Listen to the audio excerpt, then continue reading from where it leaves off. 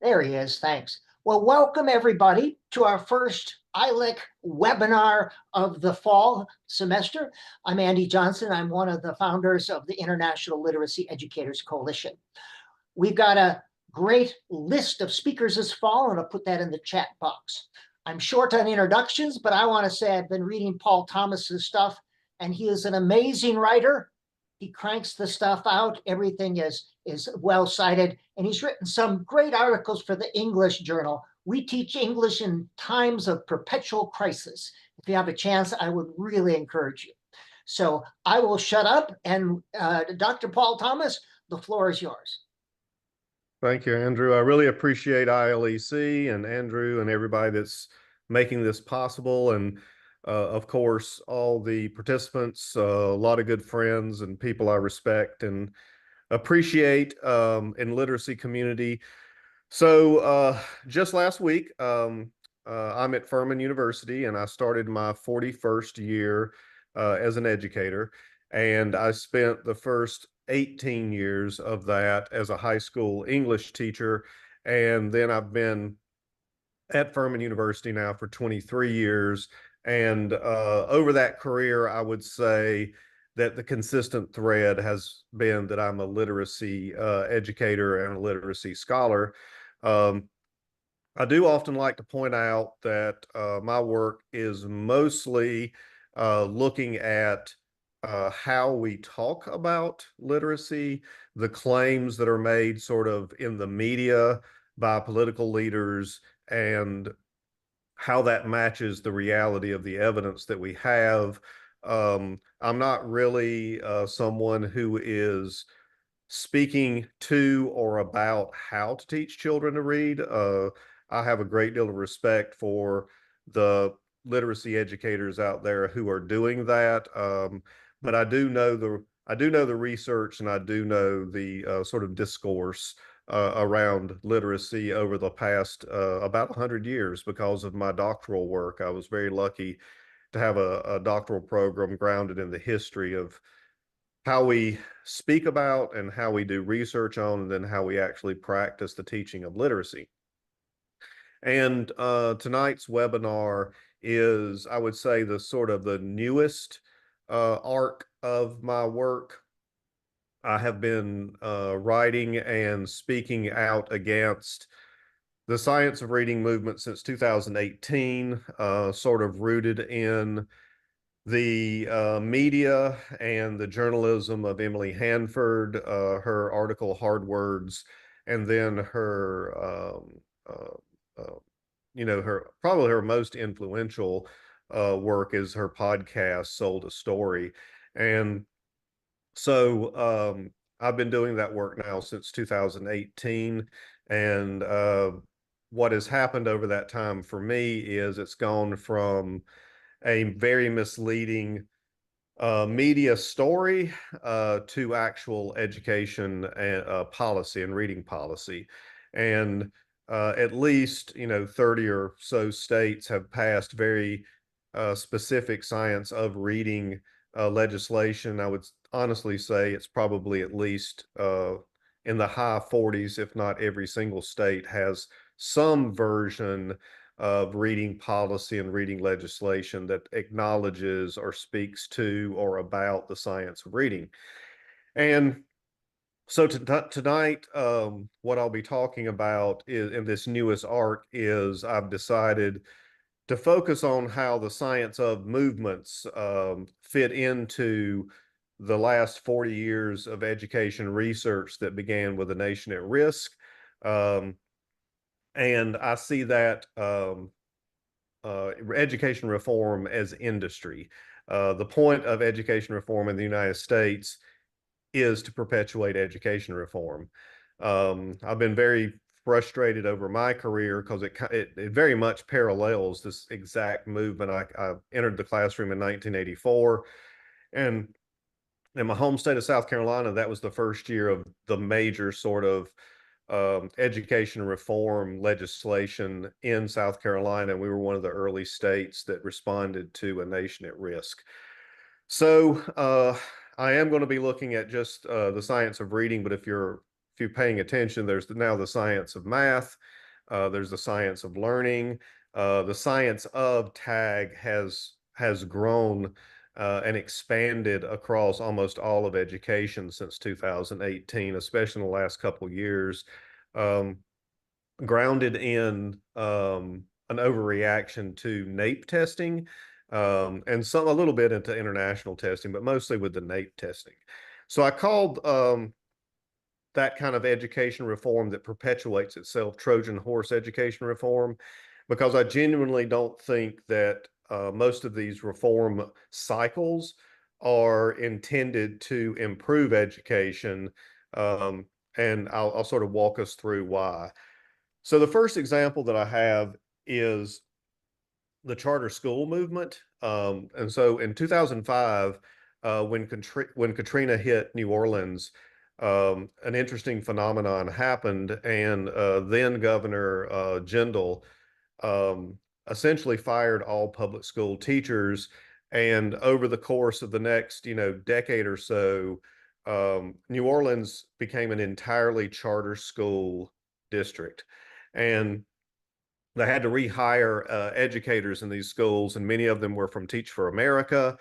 And then just recently, sort of a fascinating phenomenon has occurred because New Orleans declared that the charter school shift had not made any improvement on outcomes for students.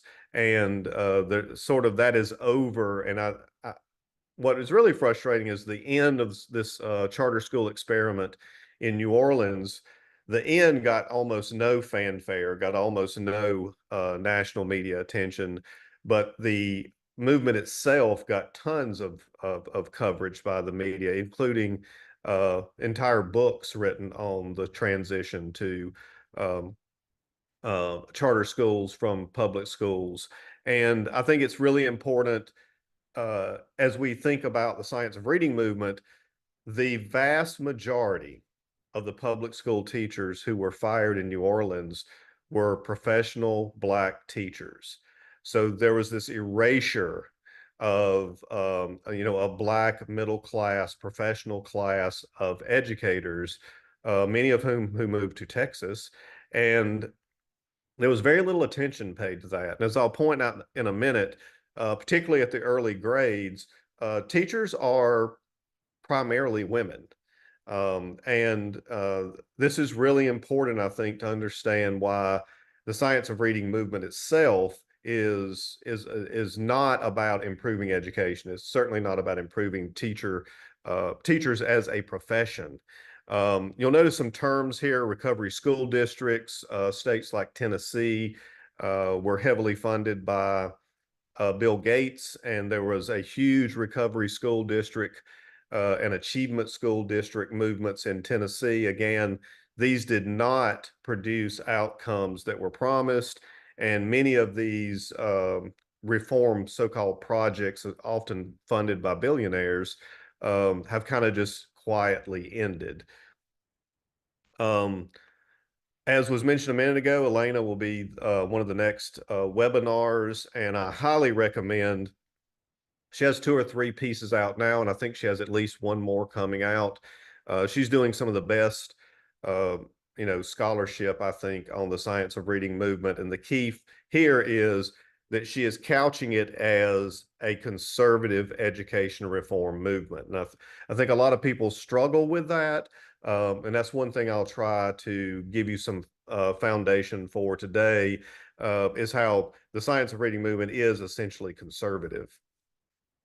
One way to understand that is 2 of the key points here in conservative education reform. One was Teach for America, and the other is the National Council of Teacher Quality. NCTQ is a Fordham Foundation offspring, and the Fordham Foundation is in Ohio, and it is a school choice, very conservative school choice organization. Teach for America is a very interesting organization. In its sort of foundation and heyday, it was an extremely conservative movement that was anti teacher education. And the tie here is that NCTQ and TFA are exclusively anti-teacher education. So when you look at some of the elements of the story that I'm going to point to in a minute, there's no surprise that the science of reading movement is grounded in a very negative and I would say not grounded in evidence attack on teacher education. The key, I think, to understanding how the science of reading movement fits into a conservative education reform movement is that since the early 1980s, education reform has produced one thing: churn. Um, there is a crisis, there's reform, and then there are a few years pass, and then another crisis is declared, another set of reforms are declared, a few more years pass, and this is the cycle. Um, if you pay close attention, many states in the United States since the 1980s have had between at least three, and I think in my home state, it's been 7 different cycles of standards. And states will repeatedly revise their standards, change their testing. And when that happens, I think it's really key to understand that a component of the new standards and the new testing is always new education programs. These are different textbooks that have to be calibrated to the new standards, to the new tests. And so a central feature of education reform and churn is that it feeds the education marketplace. Um, Way back in the 1990s and into the 2000s, the center of that was George W. Bush. George W. Bush's tenure in Texas, he declared the Texas Miracle. And one thing that he was trying to implement in the 90s was scripted curriculum.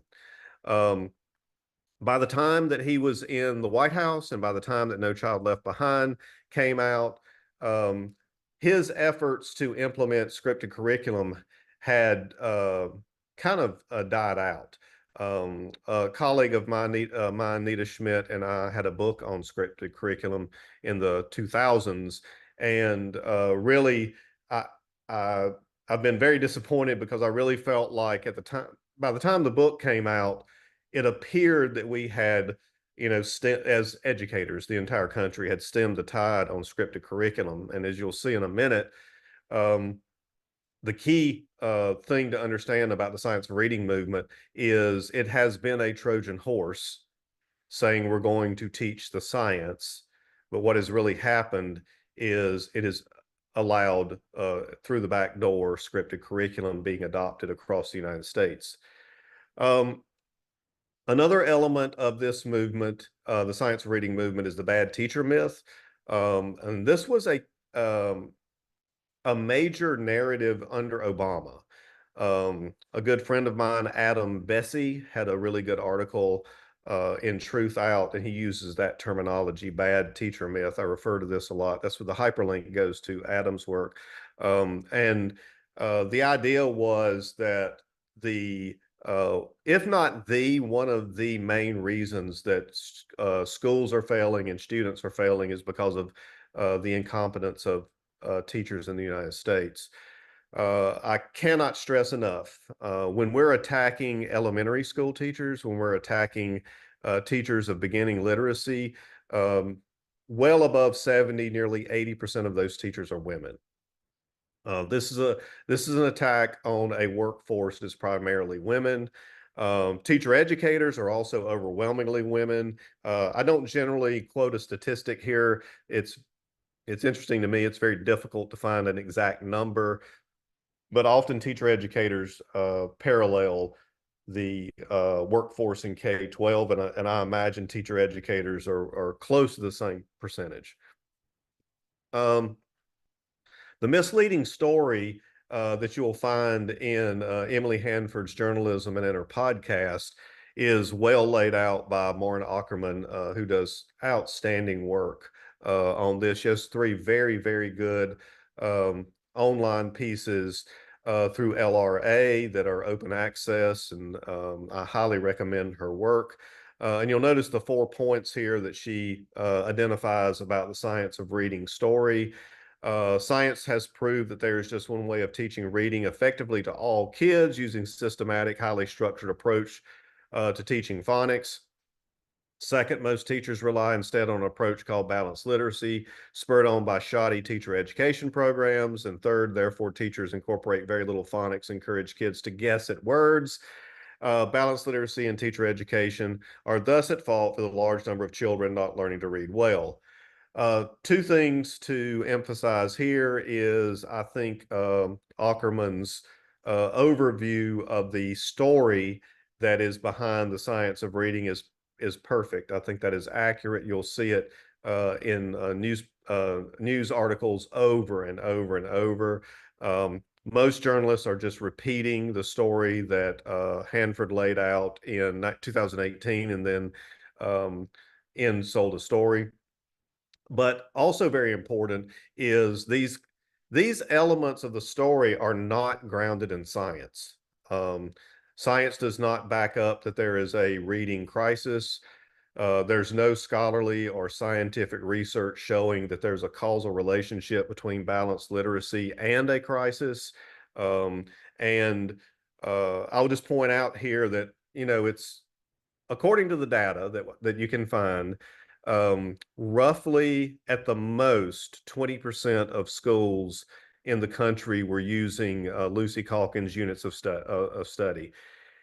If you listen to or read Emily Hanford, if you listen to or read the New York Times, um, it's the clear message is that somehow Lucy Calkins and units of study only being in 1 out of every 5 schools destroyed the entire literacy of a country. That makes absolutely no sense. Not only is there no research, there's no logic to the argument. Um, the truth is that the United States has a ton of variety. And for 30 years in the United States, since the 1990s, NAEP reading scores have been essentially flat. And over those 30 years, dozens of reading programs, dozens of reading philosophies, hundreds of different practices have been implemented in the United States. We simply do not have any sort of unified, singular approach to teaching reading. And despite the program, despite the reading philosophy or theory that is embraced, reading scores have been essentially the same for at least 30 years. Um, but regretfully, these stories are very compelling to the public. They're very compelling to politicians, and then they're very welcome by publishers. The best thing that can happen to the education marketplace is that schools drop one reading program and are forced to buy another. The huge irony of this is the same people own the programs that are being banned in the United States and the ones that are being adopted. So I'll go back to the churn. The science of reading is being promoted in one part by the education marketplace for that churn because there's profit in churn. There's absolutely no profit in the United States for a education reform to work, which is really discouraging.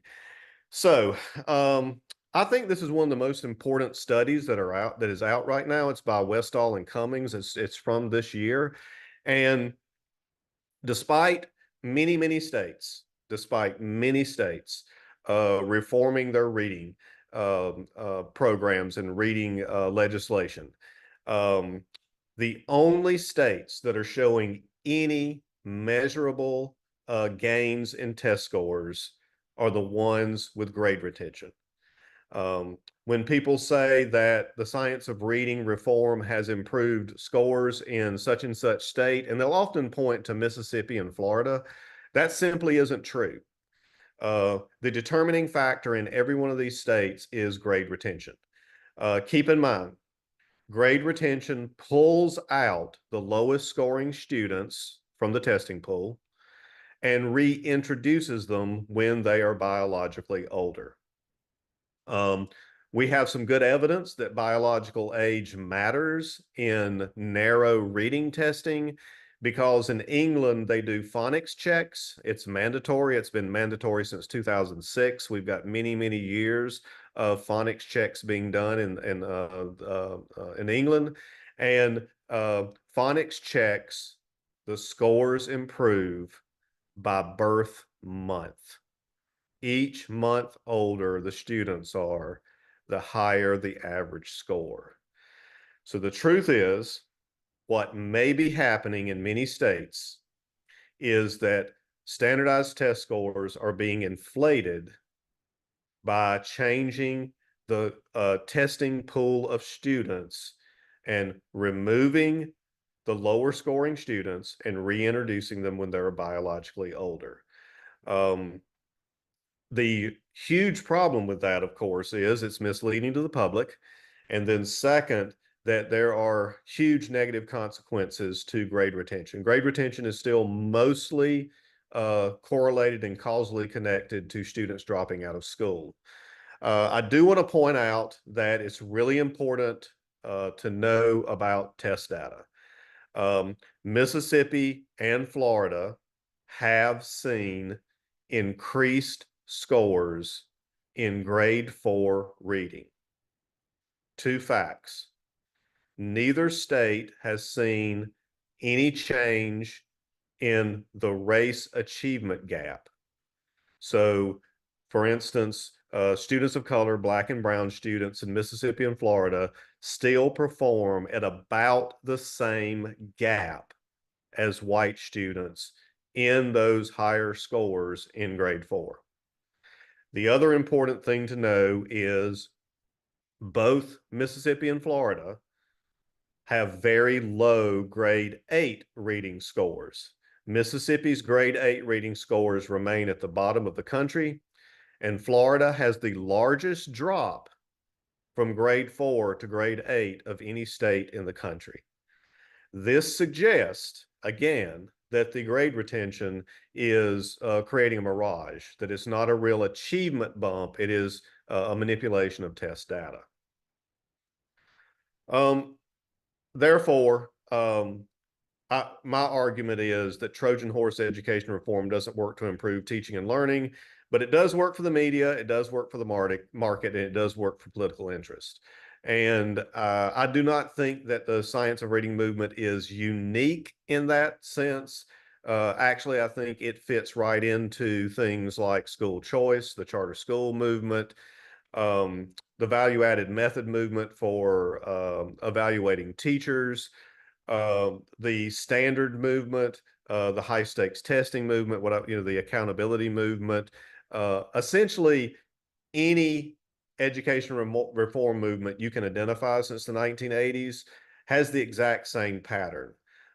It's crisis, reform, reform doesn't work, more crisis, reform, reform doesn't work. And again, the real motivation for this is the churn and the media market and political capital that's built by that.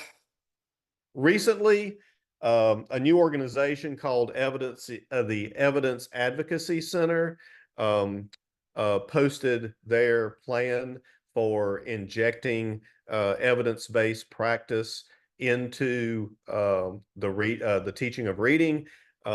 This quote is very chilling, so I'm going to read the whole thing for you. In the EAC's plan for the transformation of the profession into an evidence-based system, educators will relinquish certain freedoms, notably the leeway to employ effective practices, but will gain guidance that empowers them to fulfill their original purpose by profoundly impacting the future of students, families, and communities. The alternative is to continue rearranging the deck chairs under the guise of education reform. Two things that I think are important here is what I've highlighted. Educators will relinquish certain freedoms. One, I think it's offensive to suggest that teachers have been autonomous to begin with. The teaching profession has been under no mandates again for at least my career. Since the 1980s, there's much of education has been standardized. The whole concept of standards, um, teachers are under a great deal of accountability and held accountable for, are you teaching the one thing that I would say that is consistent in our field is teachers are held accountable for teaching standards, not for teaching students.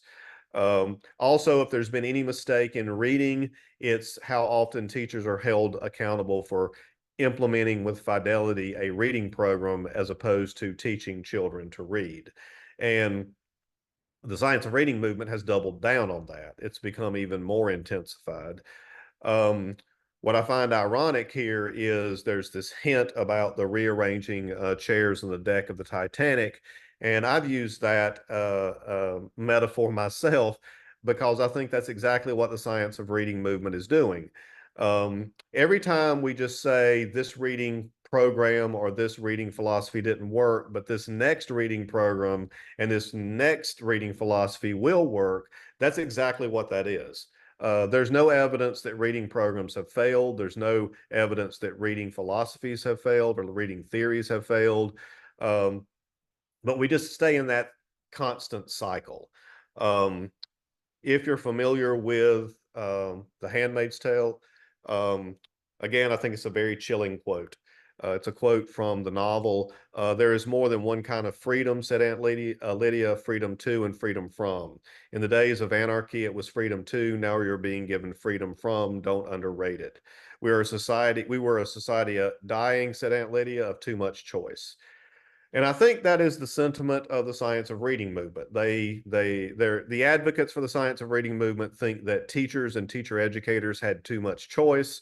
And the new argument is that you're better off if you have freedom from, for instance, having to plan your own lessons. And now you have the freedom to implement scripted curriculum. Um, I do not buy this, and I do not think that that's what teachers want. As a matter of fact, I think there is currently a pretty significant backlash to this ideology. Um, Certainly, teaching and learning conditions are overwhelming for a lot of teachers. And I'm not suggesting that teachers don't need access to programs, but I actually don't think one program or the other is the issue. How many students are a teacher is a teacher teaching? What's the school day like? What kind of support do they have? What kind of support do the children have? The thing that's often left out of any of this is the current research that we have. Teacher influence on measurable student outcome is between 1 and 14%. 1 and 14%. Teacher impact on learning, which would include the quality of the programs they're teaching and the ability they have to implement those programs. However, the influence of out of school factors, it still remains, and there's a brand new study out in the 2024 that replicates the same statistic that we've had for many years. Um, the influence of out of school factors on measurable student learning is 64%. There's some research out of England that it's as high as 80%. So again, we are, I would say education reformers hyper focus on teachers and hyper focus on reading programs, and while distracting us from the things that are more likely to be impacting student achievement, and especially in reading.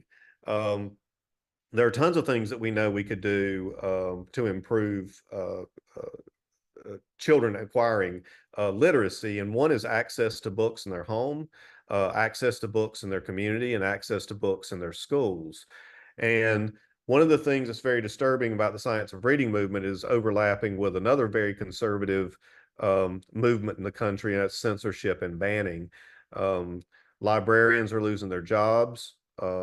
Libraries and schools are being stripped of books. Um, Books aren't just being moved to different sections, which is enough of a problem, but actually books are being removed and destroyed.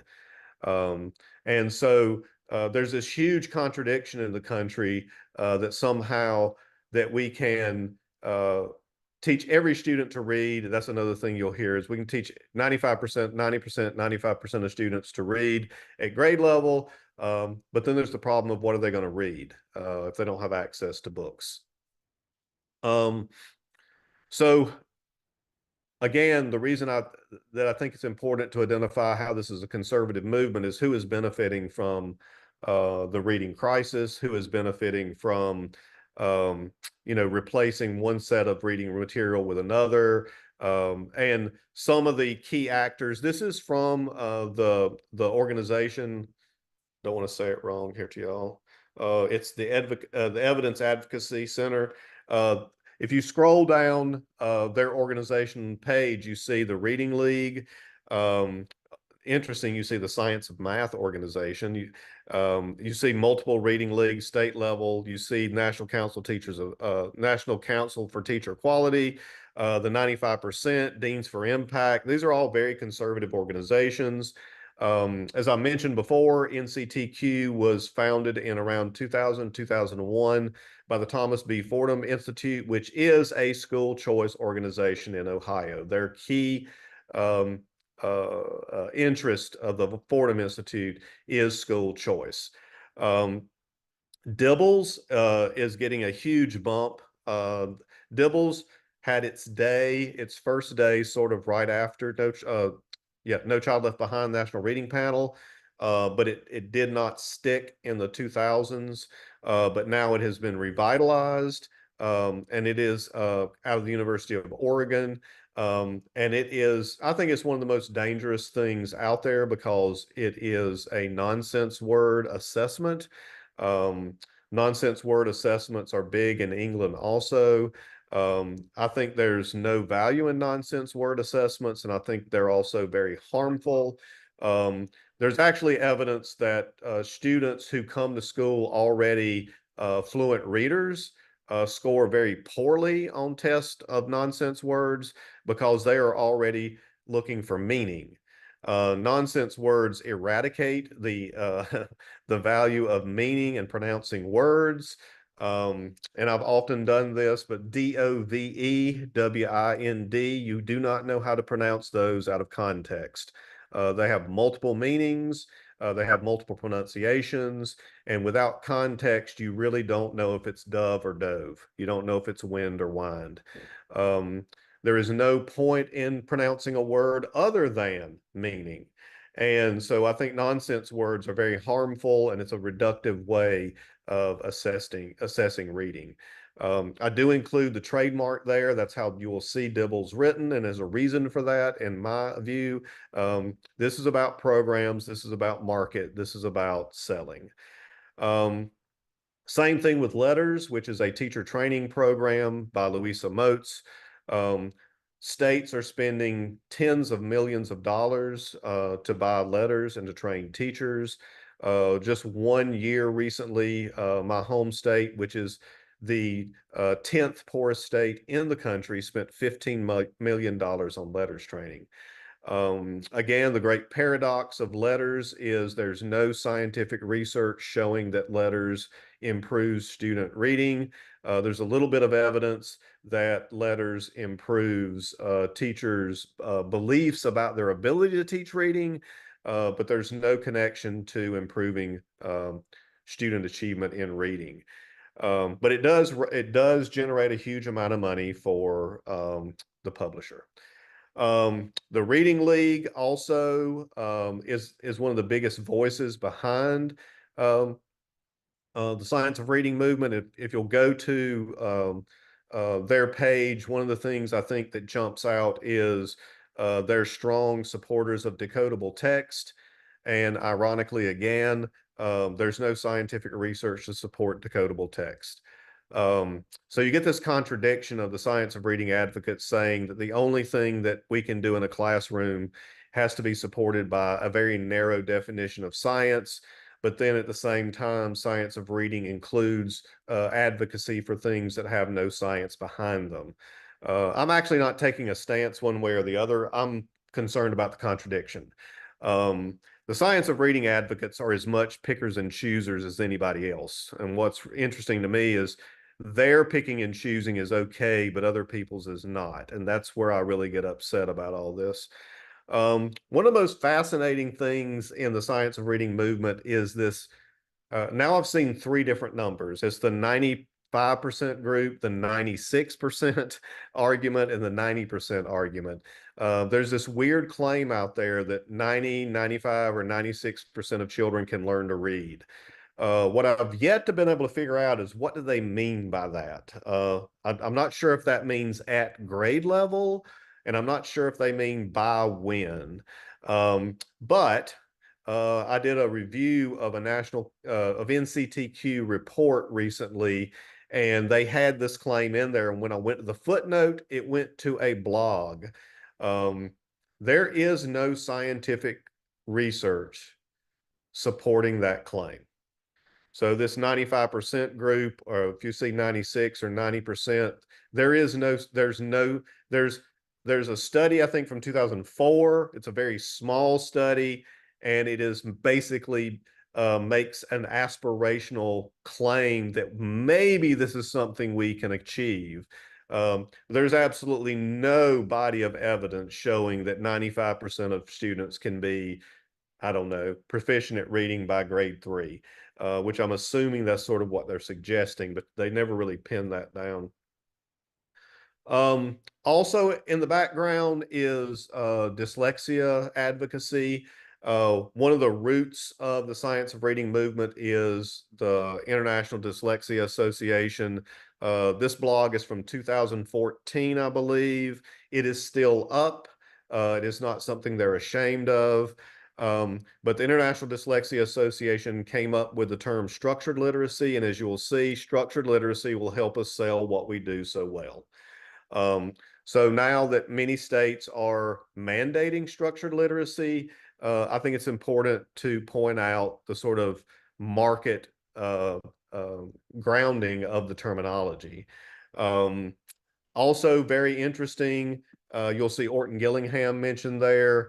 Currently, the best scientific studies we have on Orton Gillingham is that it is no more effective than other strategies.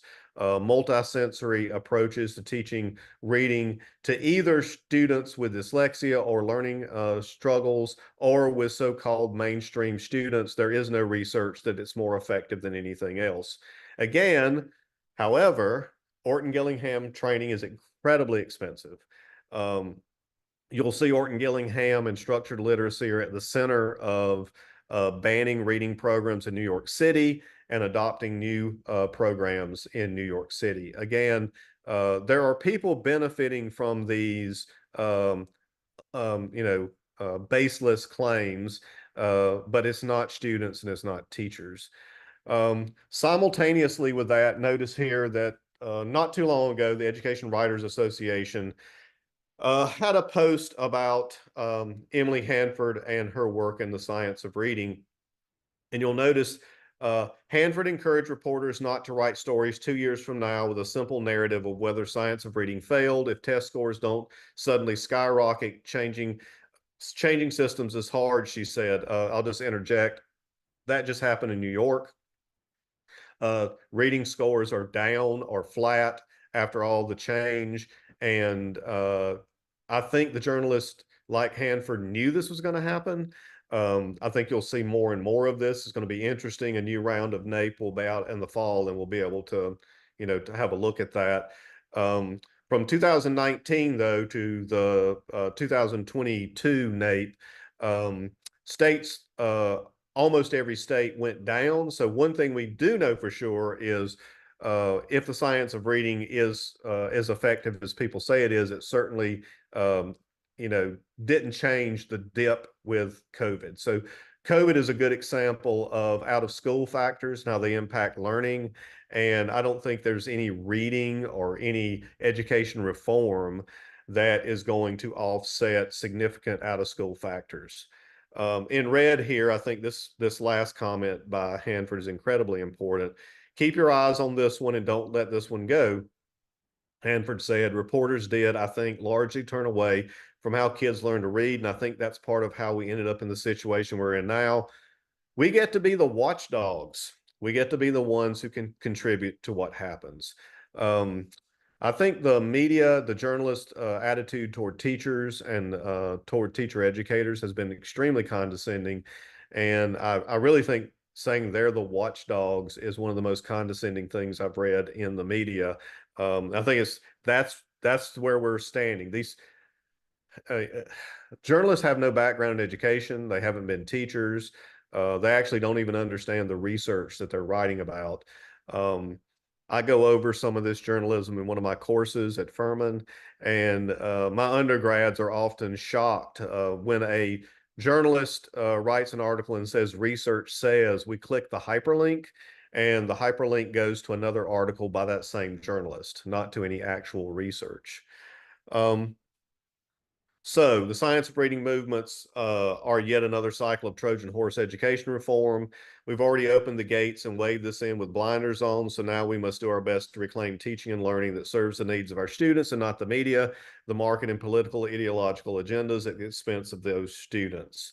What I have to emphasize now is almost all the claims in the science of reading movement are essentially ideological claims. They're not science claims. They're not evidence-based claims. They're not empirical claims. Um, and the most damaging of them are that we have a reading crisis and that it was caused by these specific factors. And it's always balanced literacy, 3Qing, which interestingly is banned in some states, even though most of the people who have banned it can't define it, and specific reading programs. These are mostly ideological, and they do come out of a very conservative ideology about not only teaching and learning, but about how schools function. I highly recommend Elena's work. And this other article, Politics of Phonics, How Power, Profit, and Politics Guide Reading Policies, very, very good piece. When it comes to politics of phonics, the more things change, the more they stay the same. This is about the phonics, the grounding of No Child Left Behind National Reading Panel, and how that was very grounded in sort of the politics of phonics. And when you read that article, it's pretty eerie how it's being replicated right now. And I do want to promote, we have a literacy program here at Furman. If you'd like to know about it, let me know. I don't know, Andrew, do we do questions? That's what I have. Yes, we can open this up for questions if people have questions or comments.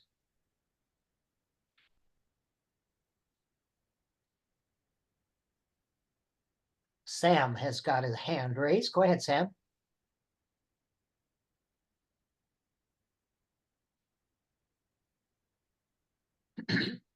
Oop. Let's see. If you would put your question in the chat box. I don't know this webinar if we can get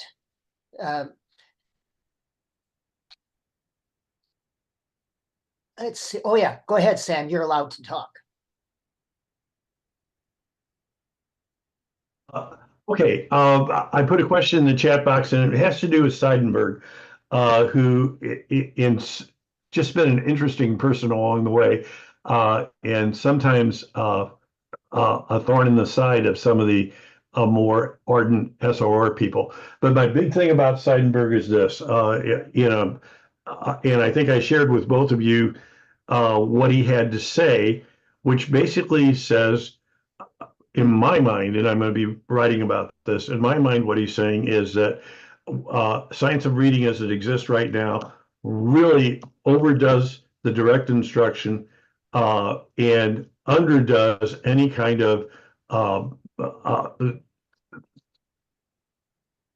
learning by doing kind of instruction.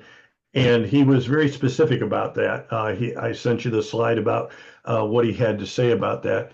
So I just wonder what your thoughts are about, is that something that's happening? And is there any hope for, with people who are rather clearly identified with the science of reading movement, changing positions like this? is there any hope for that common ground that I'm always trying to seek? And I know I'm Don Quixote on that, and I'm chasing windmills, but so what Seidenberg has to say, and any hope that that might lead to some form of common ground. I'm not much interested in anything he says because he got us in this mess. Um, I'm more concerned about the people that were saying the right thing all along. What I've noticed is several of the science of reading people that were on the bandwagon early have been um, backtracking quickly. I think we need to hold them accountable for their part in how all this happens. Seidenberg has been over the years. He has testified at state legislators, and he's been very nasty to teachers, and he's been nasty to a lot of people that I know. So that he's changing his tune is interesting. I don't think it's actually helping. What I see is the rabid science of reading people have turned on him the same way they were attacking many of us. So it's not actually changing anybody's mind. But I do think if we're going to say anything about his new position, I think we've got to give him credit for starting this to begin with, which he was a huge part of this. He was a very big part of this, and the nastiness too. He was nasty. I know several accounts of his nasty and negative attitudes about classroom teachers. Although, some of the things that he has said, he admits that, a lot of this has been misunderstood and misdone. Sharon Zinke, you have a question.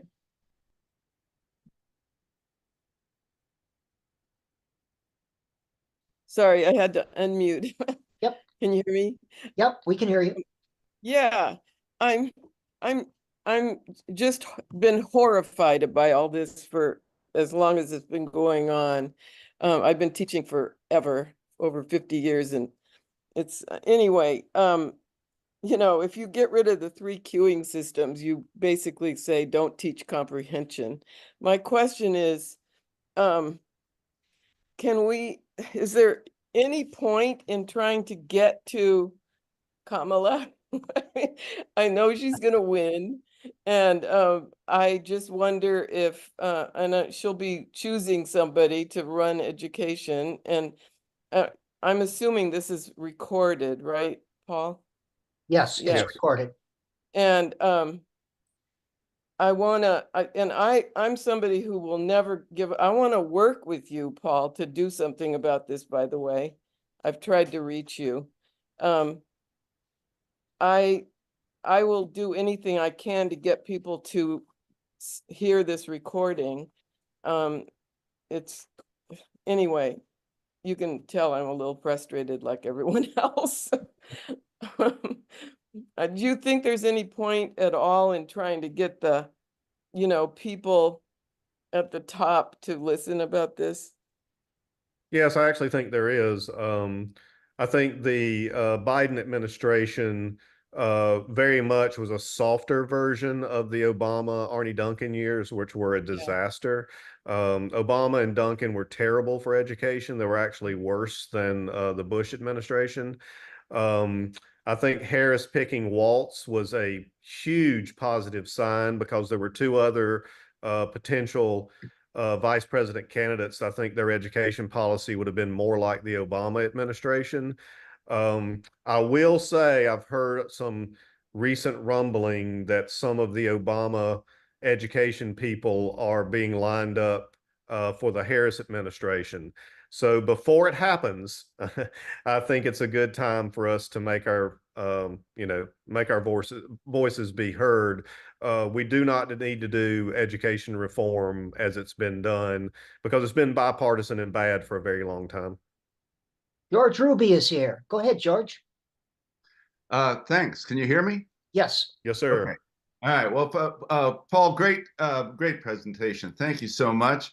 And Andy, thank you for hosting this. This is wonderful, and we do have to stay honest. I like this metaphor of the Trojan horse. Although sometimes I feel that it's really more like that Trojan rabbit, you know, in Monty Python and the Holy Grail. You know, if you Yep. ever seen, well, because the difference is you know, that Trojan horse helped the Greeks to win in their battle against Troy, whereas, you know, and we have talked about horsepower and all that. It's powerful, it works, right? And this stuff doesn't work, you know, and so it's really more like that Trojan rabbit. But it is sneaking things in, and you make a good point about the politics of it. There's an irony there that the churn, as you put it, is very much part of what's going on, and yet you refer to that political stance as conservative. You would think a conservative stance would want to keep things the same, but in fact, most of this is really rather radical right, rather than conservative in the small c homespun sense. So I think that's an important distinction to make. The other thing, though, that's being snuck in the Trojan horse or rabbit is the massive amount of technology that is now in the schools. I think I really believe that's where the money is, and I really believe that the jumping on this phonics bandwagon yet again, with an almost complete replication of what was, you know, went down in the early 2000s with Reading First, was just a way, because it was the quickest thing they could get up and running on their platforms. And you mentioned about how the financial interests that own you know, things like Lexia that produces letters or all of that, you know, that if you look to that, they did all their buying up after COVID hit. They went nuts with it. And why? Because of the post-COVID learning lag funding, $190 billion in funding between the Trump and Biden administrations. That's a lot of dough. And so they jumped in and they got, you know, and the Wall Street Journal has said #1 use of that money, the largest share went to technology infrastructure, second largest to health infrastructure and personnel, and third to the programs that run on those platforms. And you know, you see that, and so you've got to wonder if I mean, we, as you point out very well in your tonight and in your blogs and your articles, your NCEP pieces and so on, we've never seen any great bump from switching our approach to phonics. But what it's remarkable that we've dropped post COVID. That's not surprising, but since the COVID closures, you would expect to see some serious rebound, at least back to where we were in 2019, and that was a drop that people said at the time was a crisis. But we haven't gotten back up there yet. And you look at the kids who are in third grade right now, who are going to be taking that tests in their end of year state tests in the spring, and we'll be talking about this time next year. They weren't even in kindergarten when the COVID closures occurred. So you can't attribute that to COVID. All right. So something else is going on. Now, part of it is chasing out a lot of high quality teachers. You did a really good job explaining that at the beginning of this presentation. So thank you for that. But I think the technology is chasing a lot of the teachers out as well. Nobody wants to be a room monitor. They want to teach kids. And when the programs and the technology take that out of their hands, and yet you know darn well they're going to be held responsible for the failure when those systems don't work, that's just not right. So anyway, I'll shut up. But thank you so much for your great work. Love you guys. Thank you, George. Now, I should clarify. I get the word churn from Bruce Biddle, who does school finance, and he's wonderful. And I think that's where the concept, he's been talking about this concept for a while. And I think George is exactly right. There's a connection here. If you redefine reading as simply pronunciation, that's something, and especially as nonsense words, that's something a computer program can do. And so there's a thread there of technology to deprofessionalize teaching. And I think it's incredibly important. I mean, that's an element I didn't mention here, and I'm glad George mentioned it, but there is a very strong technology thread running through this that links to both reductive views of literacy, but also deprofessionalizing teachers. Jamie Romero had a question. She put her hand down. but if you want to ask your question now, your mic is open. And by the way, this recording will be on YouTube and it's available to anyone.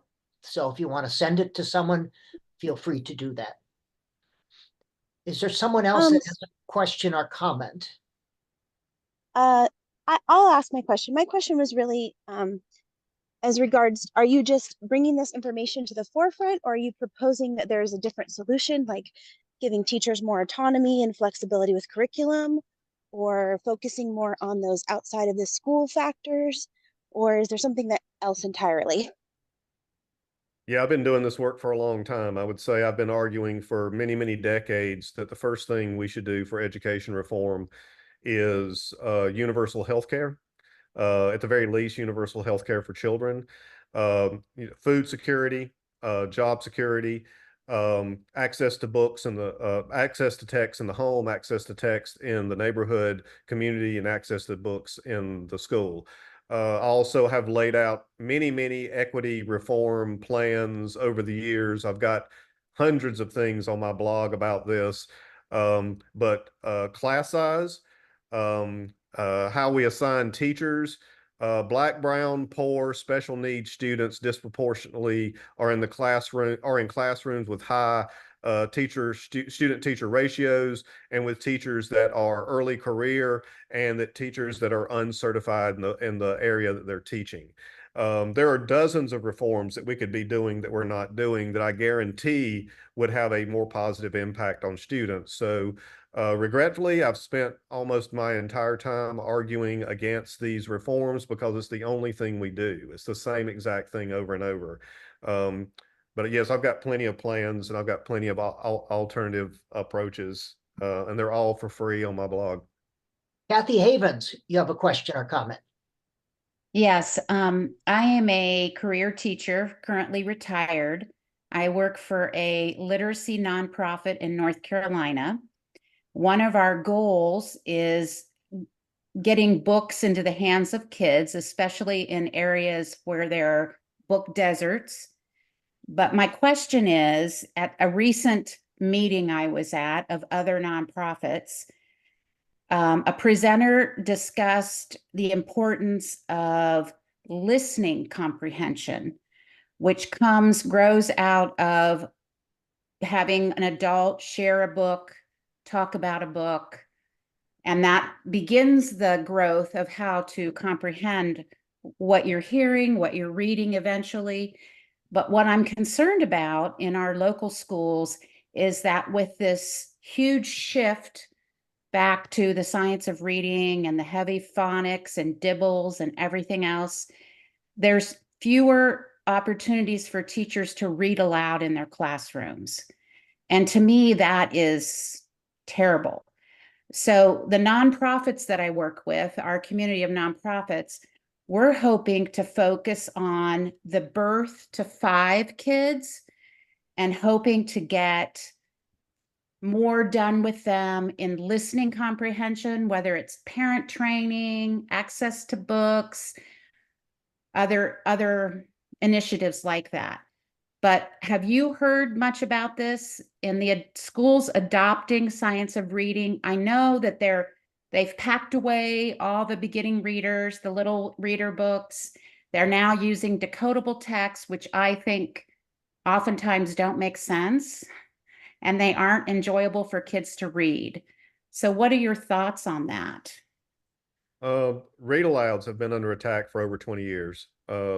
The anti-read aloud movement goes back at least to the No Child Left Behind and National Reading Panel era in the early 2000s, and it's a shame. I totally agree. I know for a fact, I hear from teachers all over the country where administrators ban them from read alouds. This has been happening for decades. And regretfully, I think it's even more intense. You're right. I think it's even more intensified now. There was a question, Paul, about how do teachers in the trenches keep their heads above water with all the legislation? That's a great question.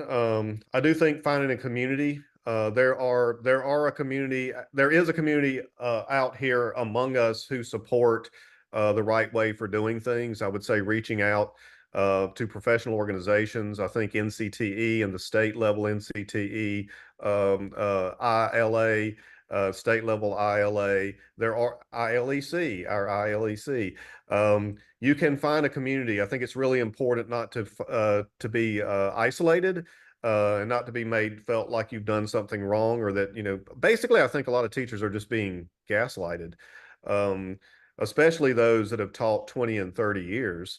That's the ones I hear from the most, I think. The career teachers who are being told they don't know how to teach, which is, again, is really condescending, and it's just flat out not true. So I would say find a community.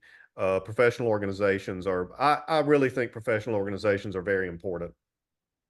And ILEC, International Literacy Educators Coalition, that is your community. There's over 300 of us now from across the world, and this is our place to find like-minded people. And we're getting our voice. We're learning how we can have a voice, but send me an email and I'll put you on the list. Another question, Paul. There is a debate between whole class instruction and small groups. What is your stance? Again, I said I started year 41. I've done less and less whole class. I think small group and individualized instruction's where it's at. And I think all of it matters. You have to do whole group, you have to do small group, you have to do individualized. And that's why we have to leave it to the teacher. The teacher's the person who knows when that's best to do. Personally, I've been teaching writing for a very long time, and doing whole class instruction has very little impact on student essays. Having students write and then sit down individually with them, and you have the actual text in front of you, I see a great deal of growth and change. So I'm not against anything. I don't think there's a place for banning or mandating any one thing, because you never know. There's whole class instruction that is wonderful and very effective. There's whole class instruction that is fruitless. There's small group, the same thing. I've seen small groups be very ineffective and waste a lot of time. Actually, I think the only thing that pretty much works all the time is the one-on-one conferencing, which I'm a very big fan of. That's why I like workshop. The workshop model includes all of those, and that's why I've done that almost my entire career. What suggestions do you have, Paul, for newer faculty who are trying to publish in areas that are not science of reading friendly? How do you navigate the current climate? Well, I think you'll find that a lot of places are friendly. Most of the stuff that I publish now is invited. And if you look at my recent publications on my blog, it's a wide range of journals. NCTE has had several journals ask me to write about the science of reading specifically because of my stance. I currently have 2 pieces out there, one for a journal for administrators, and one for, it's an African-American scholarly journal. And so I think there are tons of places that are friendly to critical views of the movement, because it is misguided. I think there's more scholarly support for the position that I'm taking than the pro science of reading side. How do you see the role of the National Board of Professional Teaching? Is it helpful, or is it also a Trojan horse? Yeah, I've never been a fan of National Board certification, mainly because of the same problem. National Board certified teaching was a big thing in South Carolina, and it was a big bonus, but the research on it did not find it was effective. The biggest problem that I saw with National Board, I saw wonderful teachers do it. Let me say that to be clear. But it was very onerous on their time in the classroom. I think it was very distracting from their teaching.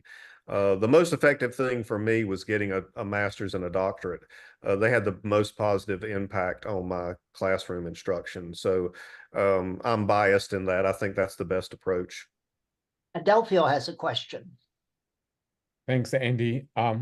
Paul, what an excellent presentation. Thank you so much. Thank And you. I just heard about the administrators, and that's about my question. My question is, what suggestions would you give an administrator when they have the heavy central office opinions on science of reading, and when you look at your school, you see that your student population or demographics do not really benefit from what they actually see or tell you to do? Yeah, I think this is really important. I think administrators are often the key. I think they have to be well informed. Um, and speaking of school demographics, I think the most effective and the most important group right now that is pushing back on the science of reading are scholars and teachers of multilingual learners. Um, and I think that's the key there is you see a state like California was able to turn back science of reading legislation. It was mainly driven by multilingual learner scholars and teachers. And the great argument there is that these so-called marginalized groups, no one size fits all works with MLL students. No one size fits all works with students with dyslexia. But guess what? It doesn't matter what group you're talking about. Silver bullets and one size fits all does not work for any students. So I do think I think I like your question because I think administrators have to start with who are we, why do we struggle, and what do we need, as opposed to box curriculum or top-down legislation. Box curriculum and top-down legislation will not serve the needs of students. All right, we've got a question by Sam. Okay, just but first of all, you've done a marvelous job. Just it's going to take weeks to unpack all the stuff you've given us. Thank you. But concerning the thought of the sciences of reading and folks that are talking about the sciences of reading, your thoughts about that, and also your thoughts about the importance of things like using music, using poetry, using repeated readings to build fluency, and those as an alternative, especially at the older grades. Okay. That those are things. So your thoughts about that? And this will be the last question. Well, Sam, I mean, we talk a lot. I'm just not an I don't really do the instruction stuff. I trust teachers. I think of course, all those things matter. I think they're all important. But I don't really focus on that this instruction doesn't work, that instruction does work. Also, I've given up on the term. I don't think sciences of reading helps us any more than science of reading. The terminology has been ruined. We've got science of math, science of learning, and it's all these are bully terms now. So I'm not looking for saving that term. I think it's done. And I think we got to go a different way. All right. Thank you, Paul, for that wonderful presentation. Paul has to go now. If you want a certificate of attendance, send it to me. I'll put my email again in the chat box. And any other questions, you can email Paul directly. It has been wonderful to have you. We'll have an open discussion for everyone on the 17th, and I'll send you an invite. Also, if you are registered, I will send you a recording of this video tomorrow morning. Okay, join ILEC. It's a place for communities. Send me an email and I'll put you on the list. This is our place to find community, people. And hope to see you all at the next presentation. Good night, everybody. And I'll stay here if people want to talk to me, but they came to see Paul. They didn't come to see me.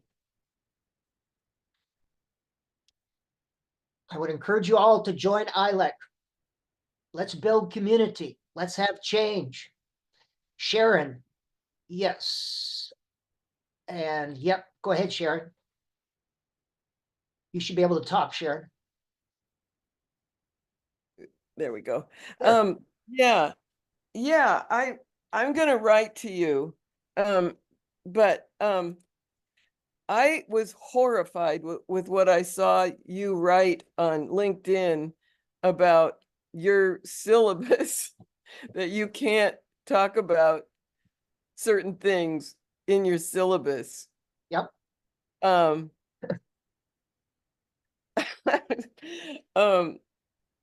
do you think that that's going on in a lot of universities? Yes, they have an audit here in Minnesota that they'll go through my syllabi and they'll look for the 3 queuing systems. And that is in a lot of state legislatures, the state legislation. And it feels terrible. People who have no expertise in literacy. You know, I spent 40 years doing this, and someone who read a book comes and tells me what can and can't be in my syllabus. That's crazy. It is worse than crazy. Well, how can you even teach if you can't talk about like the 3 queuing systems, for example? Then how can you talk about teaching reading? What I do is I shut the door and do whatever the hell I want. That's what I was wondering. That's what I've done for 50 years. Yes, because I have an obligation, and this will last another 3 to 5 years, this science of reading I pending. know. And once they realize that this doesn't work, it'll go back and there'll be another thing in 5 to 10 years. That's right. That's right. But my time is getting up there. I mean, you know, it's like I don't have that much time. So I really want to help do something about it. I'm going to write to you. Okay, good. And it's us people who are near retirement. I think we're in the best position to make noise because Yeah, we don't care what they do to us at this point. that's exactly right. Okay. I'll be in touch. All Thank right, you. very, very good. Anyone else has questions or comment they want to say? This is your time.